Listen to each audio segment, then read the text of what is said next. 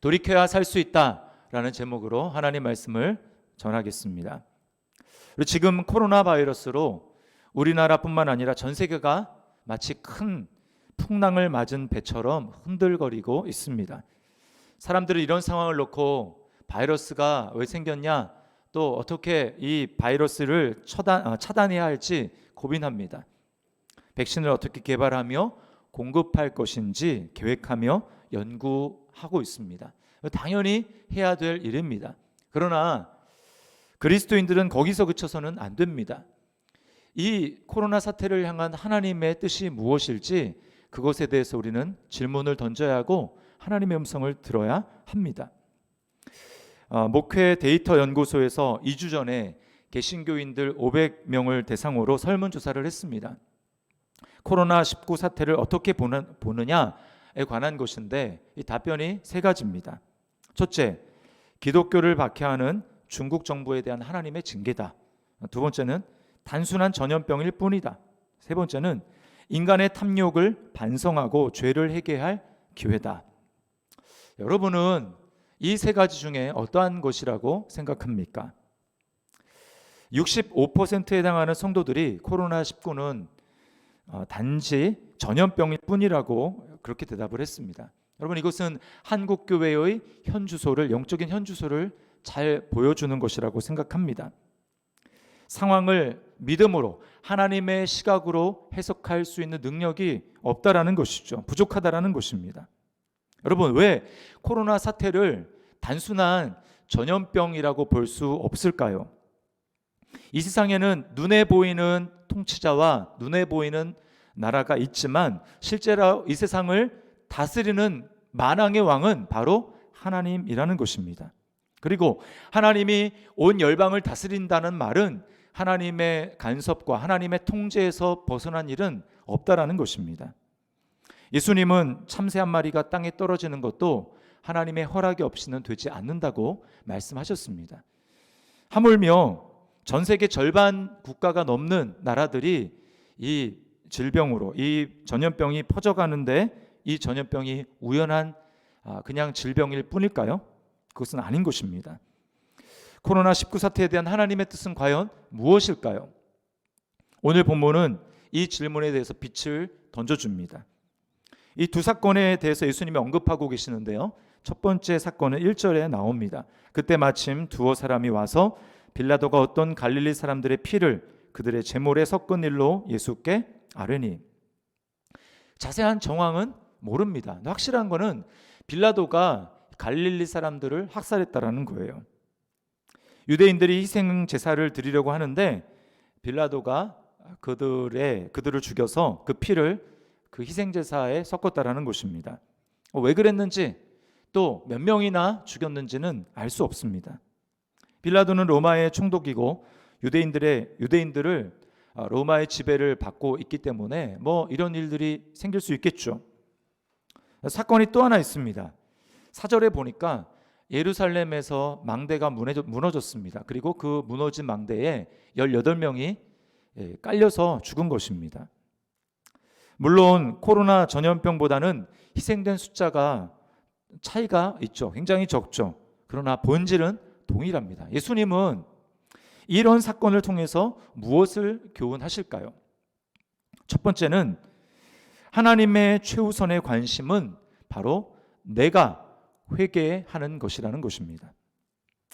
우리는 코로나19와 같은 사태를 보면 국가적인 사안이라고 보려는 경향이 있습니다.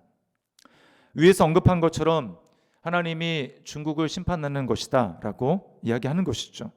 여러분, 이 국가에 대한 심판을 말하는 것이 잘못된 접근이라고 얘기할 수는 없습니다.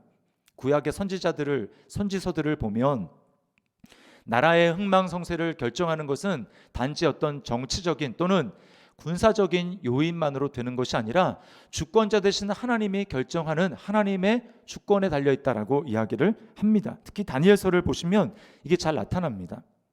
바벨론이 패망하고 그 다음에 페르시아가 일어나게 되는데요. 그 이유에 대해서 그것은 바벨론의 교만 때문이라고 이야기를 합니다. 바벨론의 벨사살 왕이 연회를 베풀고 한참 흥이 났습니다. 예루살렘의 성전을 허물고 거기서 가져온 그릇으로 술을 마십니다. 이것은 상징적인 행동이죠. 그 점령국의 우리나라의 신이 바로 피집의 전쟁에서 진 유대의 신 여호와보다 더 크고 위대하다라고 하는 것을 공식적으로 드러내놓고 조롱하는 것입니다. 그때 갑자기 벽에 손가락이 나타나서 글을 씁니다. 메네메네 데길 우바르신. 방금 전까지만 해도 이 연회의 흥에 취했던 벨사살의 얼굴이 새카맣게 변하고 덜덜 떨기 시작합니다. 아무도 이 글을 해석하지 못해요. 하나님의 사람인 다니엘이 이 글을 해석합니다. 뭐라고 말합니까? 하나님이 벨사살 왕 당신을 저울에 달아봤는데 한참 모자릅니다. 그래서 왕의 시대가 여기서 끝나게 하셨고 나라는 두 쪽이 나서 메대와 바사, 페르시아에게 하나님이 넘겨주기로 결정하셨습니다. 여러분, 결국 이 바벨론의 교만함 때문에 하나님께서는 나라를 심판하신 것입니다. 교만함으로 따지자면 중국도 바벨론에 못지 않습니다.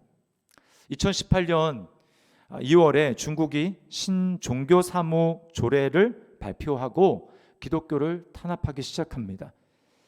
중국의 전역에 최소 수천 교의 교회가 십자가가 철거되고 그리고 기물이 압수를 당했습니다. 성경이 불타고 예배당이 폐쇄됐습니다. 목회자와 성도들을 감금하거나 퇴거 명령을 내렸습니다. 그런가 하면 개종하도록 회유하고 압력을 가했습니다. 그것만이 아닙니다. 2018년 11월 14일자 크리스천 투데이에 이런 제목의 기사가 실렸어요. 중국 정부 교회 핍박 부족해 성경에까지 손대나. 우리가 잘 알고 있듯이 중국은 종교의 자유가 있는 것 같지만 공산당의 통제와 간섭이 매우 심합니다. 그래서 정말 진실하게 신앙의 고백을 하는 사람들은 이 중국의 국영교회, 삼자교회라고 하죠. 거기에 등록하지 않고 다 지하 교회로 숨습니다. 자, 근데 어떻게 이 공산국 이 당국이 이야기를 했냐면 이 국영교회 목사와 신학자들이 세미나로 모인 그 자리에서 이런 문서를 배포했습니다. 여러 조항이 있지만 한 가지만 말씀을 드릴게요. 중국의 새로운 성경은 사회주의 핵심 가치와 일치하고 중국 공산당 강령과 결합해야 한다.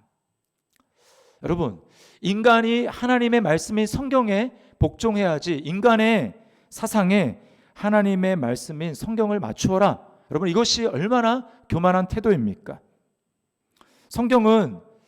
하나님은 성경을 통해서 하나님의 말씀인 성경에 인간의 생각을 더하거나 빼는 것에 대해서 분명히 경고하고 있습니다. 요한계시록 22장 18절과 19절에 이렇게 말씀합니다. 내가 이 두루마리의 예언의 말씀을 듣는 모든 사람에게 증언하노니 만일 누구든지 이것들 외에 더하면 하나님이 이 두루마리에 기록된 재앙들을 그에게 더하실 것이요 만일 누구든지 이 두루마리의 예언의 말씀에서 제하여 버리면 하나님이 이 두루마리에 기록된 생명나무와 및 거룩한 성의 참여함을 제하여 버리시리라. 분명히 말씀하고 있습니다. 더하면 내가 성경에 나온 재앙을 그들에게 더할 것이다. 그러므로 여러분, 단정적으로 말하기는 어렵지만 이번 사태가 중국에 대한 하나님의 재앙이라고 하는 것에 대해서 우리는 분명히 그럴 가능성이 있다고 말할 수 있습니다. 여러분, 그럼에도 불구하고 주님의 1차적인 관심은 거기에 있지 않습니다. 주님의 최우선의 관심은 바로 나한테 있어요. 너는 어떠냐? 이런 상황에서 너는 어떤 반응을 보이느냐라고 주님이 물으신다라는 것입니다. 즉 회개하라고 말씀하는 거예요. 3절과 5절에서 주님은 두 번이나 똑같이 말 하나 바꾸지 않고 이렇게 말씀합니다. 너희도 만일 회개하지 아니하면 다 이와 같이 망하리라. 회개하지 않으면 망하리라. 무엇입니까? 살고자 원하느냐? 그렇다면 회개해라. 다른 길이 없다라고 말씀하는 것입니다. 여러분, 회개가 뭡니까? 회개는 돌이키는 것입니다. 내 마음을 돌이키고 생각을 돌이키고 더 나아가 나의 행동까지 이전과 다르게 돌이키는 것입니다. 정말 살기를 원한다면, 회복되기를 원한다면, 이 사태에서 벗어나기를 원한다면 하나님은 교회가, 그리고 바로 너 자신이 회개하라고 말씀하는 것입니다. 그러면 두 번째 우리가 물어야 될 질문은, 그럼 어떻게 하는 것이 주님의 뜻대로 회개하는 것일까요? 첫 번째는 나는 괜찮다는 생각을 버려야 하는 것입니다. 우리는 어떤 경향이 있습니까? 환경이 형통하면 뭐 나는 괜찮다라고 생각하는 경향이 있습니다. 유대인들은 사고를 당하거나 어떤 질병에 걸리면 그것은 죄가 많아 하나님으로부터 심판당한 것이라고 그렇게 생각했습니다. 반면 내가 건강하고 내게 별일이 없으면 나는 하나님의 축복을 받고 나는 의롭다라고 생각했습니다. 대표적인 경우가 욥의 친구들이죠. 욥이 엄청난 부자였지만 하루아침에 그 모든 재산이 다 날아갔습니다. 그리고 10명의 자녀들이 사고로 하루아침에 다 죽었어요. 그리고 자신은 병에 걸려서 아주 비참한 운명에 처해 있었습니다. 그때 욥의 친구들이 그 소식을 듣고 오는데 뭐라고 얘기합니까? 야, 잘 생각해봐라. 하나님이 이유 없이 너에게 이런 일을 일어나게 했겠냐? 네가 잘 생각해보면 알지 못하는 그런 죄가 반드시 있을 거야 라고 이야기를 하는 것입니다. 예수님 시대도 마찬가지였어요. 날 때부터 앞을 보지 못하는 맹인이 있었습니다. 제자들은 그것을 보고 주님, 이 사람이 이렇게 앞을 보지 못하는 것은 부모의 죄 때문입니까? 아니면 그 사람 죄 때문입니까? 이렇게 묻습니다. 뭘 보여줍니까? 죄 때문에 그렇게 했다라는 것이죠. 오늘 사실은 이렇게 접근하는 것이 가장 손쉬운 접근입니다. 왜 그렇습니까? 그렇게 해야 사고와 질병에 걸리지 않는 나 자신은 안심하고 피할 수 있기 때문에 그렇습니다. 그러나 주님은 이런 시도에 대해서 원천적으로 차단하십니다. 빌라도에게 학살당한 사람들, 망대에 깔려 죽은 사람들, 그 사람들이 그렇지 않은 사람들보다 죄가 더 많아서 그렇게 된 줄 아느냐? 주님 이렇게 물으신 다음에 뭐라고 답변하십니까? 3절 말씀을 보십시오. 이렇게 말씀합니다. 너희에게 이르노니 아니라는 거예요. 그들이 더 죄가 많아서 죽은 게 아니라는 것입니다. 너희도 만일 회개하지 아니하면 다 이와 같이 망하리라. 아니라 너희도 똑같은 죄인이라는 것입니다. 여러분, 나는 괜찮다는 생각을 버려야 그때부터 회개할 준비가 되는 것입니다. 거기서부터 회개가 시작이 되는 거예요. 특별히 비판을 잘하고 다른 사람의 잘못을 잘 지적하는 분들은 더 조심해야 합니다. 비판과 비난을 잘하는 사람일수록 어떤 오류에 빠집니까? 나는 그렇지 않다라고 생각하는 오류에 빠지는 것입니다. 여러분, 이게 바로 죄의 특징이에요. 자신의 모습은 보지 못하는데 다른 사람의 허물은 잘 보이는 것입니다. 요즘에 이제 아이들을 키우는 우리 부모님들, 특별히 우리 여성도님들이 많이 힘들 것 같아요. 개학일이 연기가 돼서 지금쯤이면 원래 학교를 가야 되는데 하루 종일 이제 집에 있잖아요. 코로나 바이러스 때문에 맘 놓고 아이들을 밖으로 보내서 놀게 하지도 못합니다. 그러니까 얼마나 힘듭니까? 특별히 우리 자녀들을 키우는 여성도님들에게 하나님의 특별한 위로와 은혜가 함께하기를 바랍니다. 제 아내도 참 너무 힘들어하더라고요. 집에 아이들과 종일 있다 보니까 서로에 대해서 또 형제 자매들끼리 친밀감이 더해지는 장점도 있지만 반면에 싸움의 횟수와 강도가 점점 세집니다. 저희도 이제 웬만한 건 참는데 아이들끼리 서로 목소리가 커지고 악을 쓰기 시작하면 그때 이제 아내의 중재가 들어갑니다. 자초지종을 들어보면 기가 막힌 게 뭐냐면 서로 주장하는 데이터가 다릅니다. 분명히 똑같은 사건을 겪었는데 데이터가 달라요. 제 딸 아영이가 뭐라고 막 얘기를 하면 건희가 억울하다고 막 가슴을 치면서 와 막 거립니다. 건희가 그게 아니라고 엄마한테 자기 입장을 막 어필하면 이번에는 아영이가 와 거리면서 기가 막히다는 듯이 억울해하면서 이야기를 합니다. 제가 이 아이들의 모습을 보면서 그 속에서 주님의 음성을 들어요. 야, 저게 바로 너의 모습이다. 부인할 수가 없습니다. 주님 그렇습니다. 제가 죄인입니다.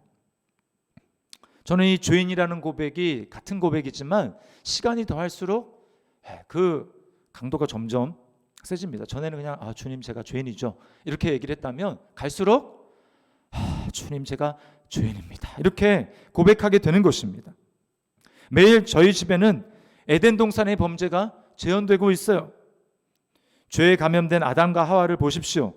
자기 죄와 허물은 안 보이고 남의 허물만 보고 지적합니다. 남 탓만 하는 것이죠. 순전히 하나님이 베풀려 주신 하와 탓입니다. 하와 아니었으면 저는 선악과를 먹지 않았을 것입니다. 하와 탓을 합니다. 하나님 탓을 합니다. 또 하와를 보십시오.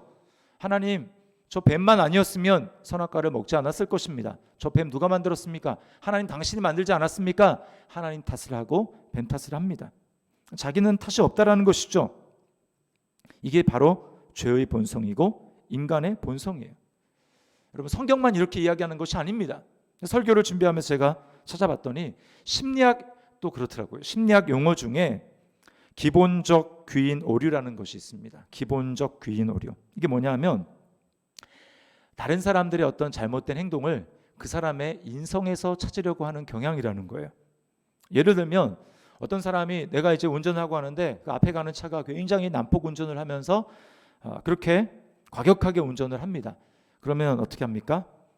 저 사람이 급하고 과격한 성격 탓이라고 그렇게 이야기를 하는 것이죠. 반면에 똑같은 상황인데 내가 그런 운전을 과격하게 하고 급하게 하면 뭐라고 합니까? 어쩔 수 없다고 얘기합니다. 상황이 너무 급해서 어쩔 수 없었다고 이야기하는 것이죠. 여러분 주님이 하신 말씀을 기억하십시오. 마태복음 7장 3절과 5절에 주님이 말씀하십니다. 어찌하여 형제의 눈 속에 있는 티는 보고 내 눈 속에 있는 들보는 깨닫지 못하느냐. 외식하는 자여 먼저 내 눈 속에서 들보를 빼어라. 그 후에야 밝히 보고 형제의 눈 속에서 티를 빼리라. 여러분 회개의 첫 번째가 무엇입니까? 바로 나는 괜찮다, 나는 아니다 라고 하는 이것을 차단하는 것입니다. 나도 죄인입니다. 주님 내가 문제입니다 라고 고백하는 것에서 회개가 출발하는 것입니다. 두 번째는 회개에도 은혜가 필요하다라는 것입니다. 제가 갈수록 깊이 깨닫는 것은 무엇이냐면 기독교는 정말로 은혜의 종교라는 것입니다. 하나님의 은혜 없이는 안 된다라고 하는 것을 깨닫습니다. 우리가 믿음을 강조하지만 여러분 믿음 앞에가 뭡니까? 은혜예요. 우리가 믿을 수 있는 예수님을 나의 주 나의 하나님으로 고백할 수 있는 이유도 하나님이 내게 먼저 찾아와 주셔서 내 마음을 열어주시고 은혜를 베풀어 주셨기 때문에 우리가 믿게 되었다라는 것입니다. 똑같은 일이 회개에도 적용이 됩니다. 회개하라라고 말을 하지만 여러분 경험해 보셔서 아시죠? 내가 회개하려고 한다고 해서 회개가 되는 게 아니에요. 하나님의 은혜가 필요합니다. 6절부터 9절에 나오는 비유가 바로 이 회개의 은혜가 필요하다는 것을 우리에게 보여줍니다. 주인이 자기 포도원에다가 무화과나무를 심었어요. 그리고 해마다 무화과나무 열매를 얻기 위해서 찾아옵니다. 근데 그때마다 열매를 얻지 못해요. 참다 못해서 3년째 되는 해에, 그러니까 3번 참은 것이죠. 열매를 맺지 못하자 포도원 지기에게 무화과나무를 찍어버리라고 합니다. 7절을 보십시오. 포도원 지기에게 이르되 내가 3년을 와서 이 무화과나무에게에서 열매를 구하되 얻지 못하니 찍어버리라. 어찌 땅만 버리게 하겠느냐. 여기 설명은 없지만 여러분 문맥에서 보면 우리가 이 각자가 무엇을 상징하는지 알 수 있습니다. 여기 주인은 바로 하나님 아버지를 나타내는 거예요. 또 무화과나무는 뭘 나타낼까요? 이스라엘을 나타내고 바로 구원받은 저와 여러분, 우리를 상징하는 것입니다. 그러면 포도원 지기는 누굴까요? 바로 예수님을 나타내는 것이죠. 자, 포도원 지기는 적극적으로 주인에게 다시 한 번만 기회를 달라고 이야기를 합니다. 여러분, 우리는 여기에서 하나님에 대한 오해를 하게 되는데 그 오해를 좀 바로잡을 필요가 있습니다. 그러니까 비유에 나타난 모습만 보면 마치 하나님은 어떻게든 이 무화과나무를 열매를 맺지 못하는 무화과나무를 찍어내버리려고 하는 그런 모습, 즉 우리를 죄에서 심판하려고 하는 하나님의 무서운 모습을 보게 됩니다. 하나님이 무서운 분이라고 생각할 수 있는 것이죠. 반면에 포도원 지기인 예수님은 어떻게든 사랑으로 감싸는 분이라고 생각을 합니다. 여러분, 왜 하나님이 이런 무서운 분으로 비춰질까요? 그것은 바로 하나님의 공의의 속성 때문에 그런 것입니다. 사실 인류의 모든 죄, 우리가 짓는 죄는 아무리 사소한 죄고 아무리 서로에게 향한 죄라 할지라도 그것은 하나님께 대한 죄입니다. 그리고 우리의 죄는 가벼운 것이 아니라 바로 반역죄라는 것입니다. 포도원에 다른 비유가 나오죠. 다른 비유를 보면 주인이 포도원을 일꾼들에게 맡겨놓고 자신은 타국에 오랜 기간 동안 떠납니다. 추수 때가 되어서 소출을 받으려고 수확물을 얻으려고 종을 보내죠. 그런데 이 고용된 일꾼들이 보낸 종을 어떻게 합니까? 때리고 죽입니다. 여러분, 이것이 바로 은혜를 은혜로 알지 못하고 은혜를 반역으로 갚는 이 죄의 모습을 보이는 것입니다. 오늘 열매를 기대했으나 열매 맺지 못하는 무화과 나무를 보여주는 것이죠. 은혜를 반역으로 갚는 죄를 보여주는 것입니다. 여러분, 반역한 종들이 받아야 될 벌이 무엇입니까? 그것은 바로 포도원에서 쫓겨나는 거예요. 무화과 나무가 찍히는 것입니다. 그게 바로 심판이요 지옥이죠. 자, 그런데 오늘 모습을 잘 보십시오. 주인이 어떻게 합니까?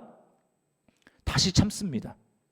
그리고 포도원 지기의 말을 따라요. 이 포도원 지기가 누굽니까? 바로 자기 아들이죠. 자기 아들. 자기 아들을 우리를 위해서 내어주신 것입니다. 이게 바로 우리가 오해하지 말아야 될 하나님 아버지의 사랑이라는 거예요. 아들인 그리스도께서 아버지께 하신 말씀을 들어보십시오. 8절입니다. 주인이여 금년에도 그대로 두소서.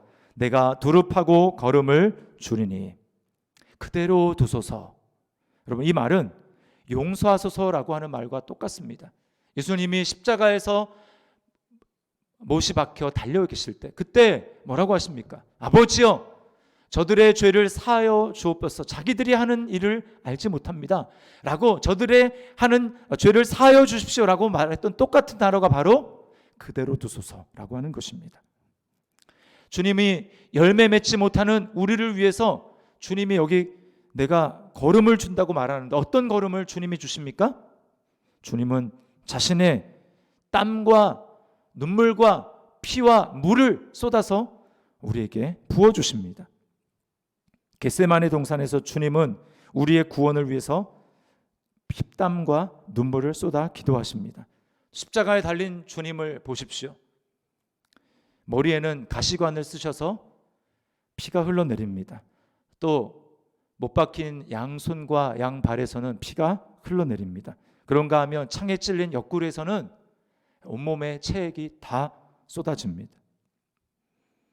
죽어서 아무런 열매도 맺지 못하던 나무인 우리에게 주님의 이 피와 물이 쏟아짐으로 말미암아 비로소 여러분 우리에게는 열매가 맺히기 시작하는 것입니다. 우리에게 생명이 들어와서 하나님이 원하시는 열매가 맺혀지기 시작하는 것입니다. 요한복음 6장 53절 말씀을 보십시오. 예수께서 이르시되 내가 진실로 진실로 너희에게 이르노니 인자의 살을 먹지 아니하고 인자의 피를 마시지 아니하면 너희 속에 생명이 없느니라. 여러분 기억하십시오. 회개는 하나님의 초청입니다. 내가 뭔가를 하는 것이 아니고 하나님이 먼저 나를 위해서 베풀어 주신 모든 그 은혜에 반응하며 주님 앞에 나아가는 것입니다. 내가 너를 위해 모든 것을 예비해 놓았으니 너는 나의 사랑을 기억하고 내게로 돌아오라, 내게로 돌이키라 라고 주님이 우리에게 말씀하는 것입니다. 아버지께서 문을 열고 기다리고 계시기 때문에 우리는 갈 수 있는 것이죠. 만약에 문이 닫혀져 있다면 아무리 회개를 하려고 해도 할 수가 없는 것입니다. 혹시 회개를 해야 되겠는데 회개가 잘 안 되는 분들이 있습니까? 기도하고 싶은데 기도가 잘 되지 않고 마음이 답답한 분들이 있습니까? 정말 감사하고 기쁨이 충만한 삶을 살아가고 싶은데 그렇지 못하는 분들이 있습니까? 여러분 내가 먼저 하나님께 뭔가를 하려고 하기 때문에 그러한 것입니다. 아닙니다. 여러분 은혜가 먼저라는 사실을 기억하십시오.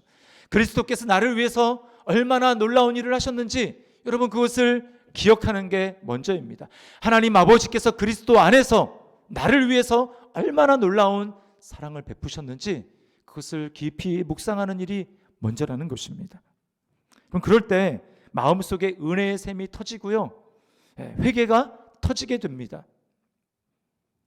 그래서 여러분에게 제가 좀 조언을 하고 싶은 건 뭐냐면, 기도하기 전에 여러분이 찬양을 충분히 좀 부르라는 것입니다. 찬양을 할 때 특별히 이 주님의 십자가와 보혈을 노래하는 그 찬양을 여러분이 묵상하면서 가사를 음미하면서 하나님 앞에 해보세요. 마음을 담아서 한번 불러보십시오. 여러분, 성령님께서 여러분의 마음을 만져주시는 것입니다. 여러분의 굳어진 마음을 성령님께서 부드럽게 만드시고 회개의 영을 주시고 회개할 마음을 여러분에게 주실 것입니다. 어떤 분들은, 또 어떤 교회에서는 주님이 이미 부활하셨는데 언제까지 우리가 그 십자가를 이야기해야 되느냐고 그렇게 이야기를 합니다. 주님이 이미 부활하며 승리하셨는데 우리는 언제까지 예수님의 죽음에만 매여 있겠느냐? 우리도 이제 부활을 주장하며 승리를 외쳐야 되지 않겠느냐고 이야기를 합니다. 여러분, 얼핏 들으면 굉장히 맞는 말 같아요. 그러나 꼭 기억하십시오. 십자가와 부활은 한 몸이라는 것입니다. 십자가 없는 부활이 없어요. 무엇이냐? 십자가가 희미해지고 예수님이 나를 위해서 피 흘려주신 그 사실에 대해서 희미하고 잊어버리게 될 때 우리에게는 부활의 기쁨도 없고 부활의 능력도 없다라는 것입니다. 그러므로 우리에게 부활의 능력이 어떻게 나타납니까? 내가 주님과 함께 죽을 때, 내가 주님과 함께 다시금 십자가에 못 박혔다는 사실을 기억하게 될 때, 그때 우리에게는 부활의 능력이 나타난다는 것입니다. 저는 요즘처럼 회개에 대해서 잘 배울 수 있는 그런 시기가 없다고 생각합니다. 주변을 보십시오. 완전한 살아있는 생생한 실물 교훈 아닙니까? 밖을 나가 보십시오. 사람들이 다 마스크를 쓰고 다닙니다. 건물마다 손 세정제를 비치하고 수시로 소독을 합니다. 또 집 밖을 나갔다 오면 아주 사명감을 가지고 손을 씻습니다. 그런가 하면 바이러스에 감염된 확진자가 또는 장소가 나왔다고 하면 어떻게 됩니까? 폐쇄하고 격리에 들어갑니다. 왜 그렇게 합니까? 코로나 바이러스가 그만큼 전염성이 강하고 위험하기 때문에 그런 것이죠. 제가 설교를 준비를 하면서 이런 사태를 또 직면하면서 저를 한번 돌이켜 봤어요.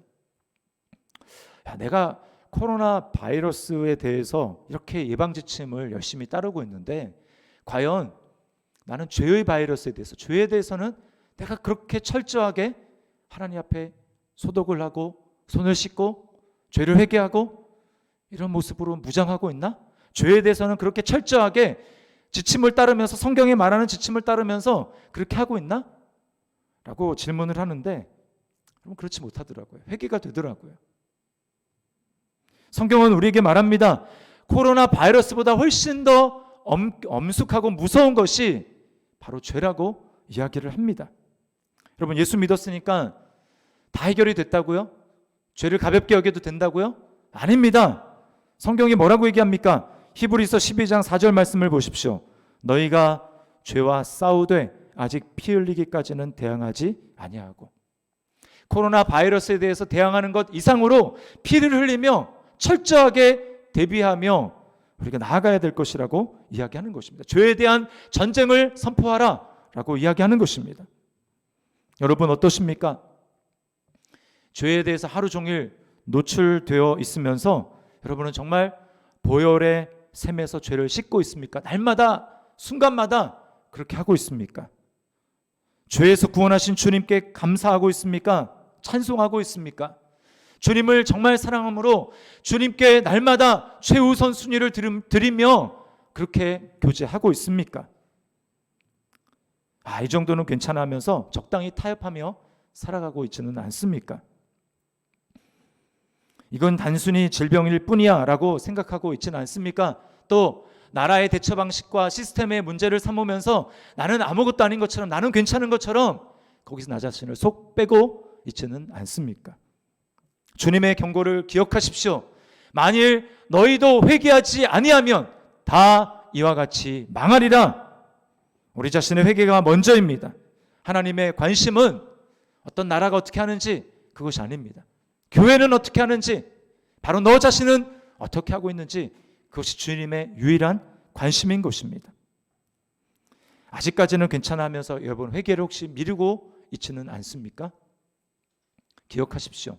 주님은 참으시지만 영원히 참으시는 분은 아니라고 하는 사실입니다. 회개가 먼저입니다.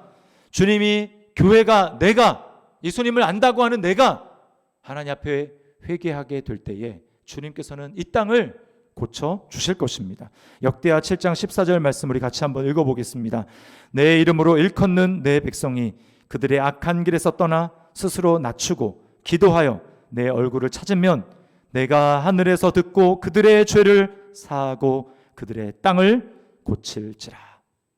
그들의 죄를 사하고 돌이키는 것이 먼저입니다. 그러면 주님이 땅을 고치겠다고 말씀합니다. 여러분, 핑계하지 맙시다. 변명하지 맙시다. 나라가 어떻고 저 사람이 어떻고 그렇게 말하지 맙시다. 주님의 관심은 우리예요. 우리가 돌이키며 회개하며 나갈 때 치료를 하시는 주님의 역사가 이 땅 가운데 나타날 줄 믿습니다. 살 길은 오직 회개입니다. 돌이키면 살 수 있습니다.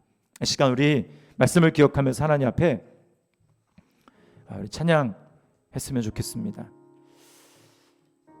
내 백성이 나를 떠나 돌아섰지만 내 사랑이 내 백성을 포기 못하니. 우리는 돌아서도 돌아서지 않으시는, 변치 않으시는 주님, 제가 주님께 돌아가기를 원합니다. 주님, 문제는 저였습니다. 이 시간 찬양을 믿음으로 우리 하나님 앞에 고백하며 나가겠습니다.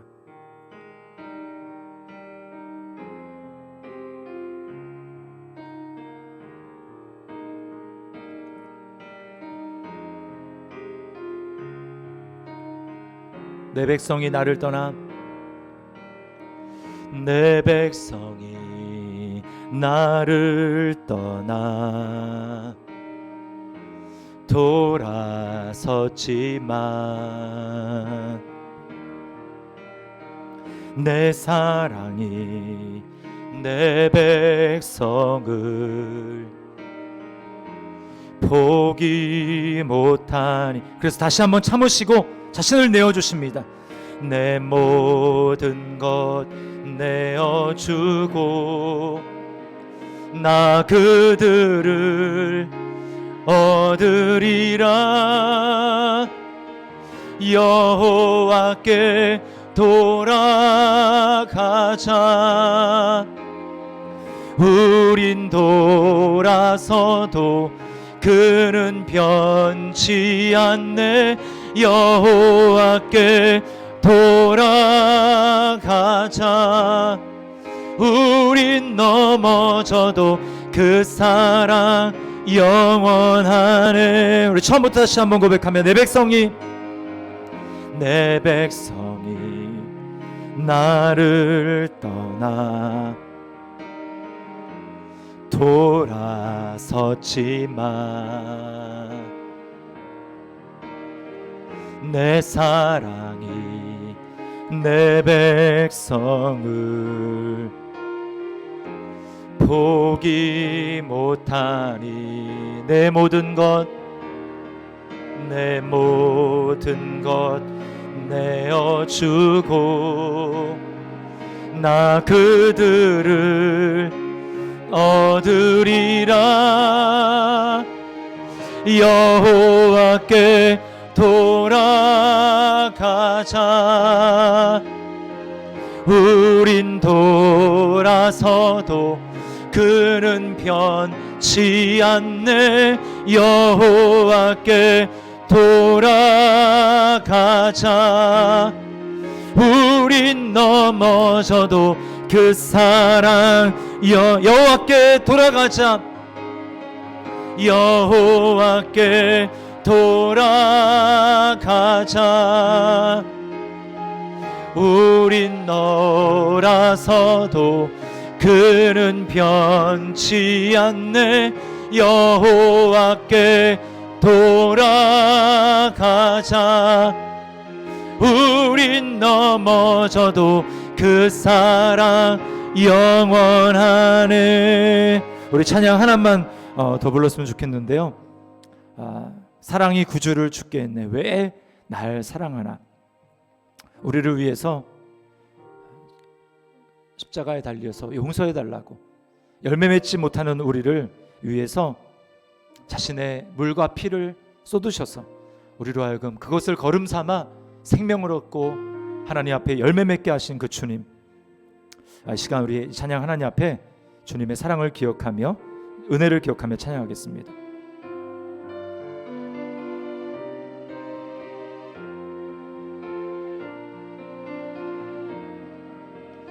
사랑이 구주를 죽게 했네. 왜 날 사랑하나.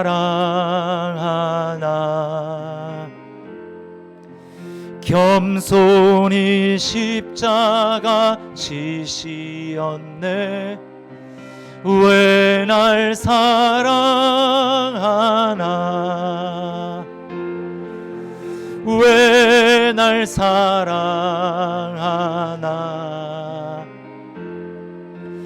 왜 날 사랑하나.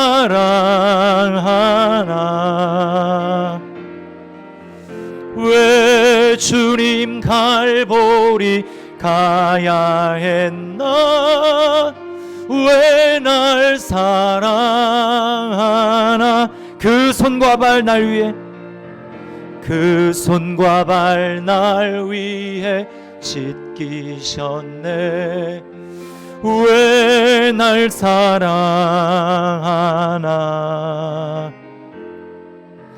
고난을 당하여 구원했네. 왜 날 사랑하나.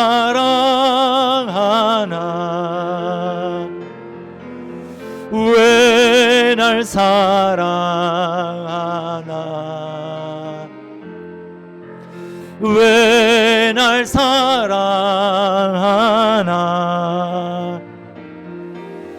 왜 주님 갈보리 가야 했나. 왜 날 사랑하나. 내 대신 고통을 당하셨습니다. 내 대신 고통을 당하셨네. 왜 날 사랑하나. 죄 용서 받을 수 없었는데, 죄 용서 받을 수 없었는데 왜 날 사랑하나. 왜 날 사랑하나. 왜 날 사랑하나. 왜 주님 갈보리 가야 했나. 왜 날 사랑하나.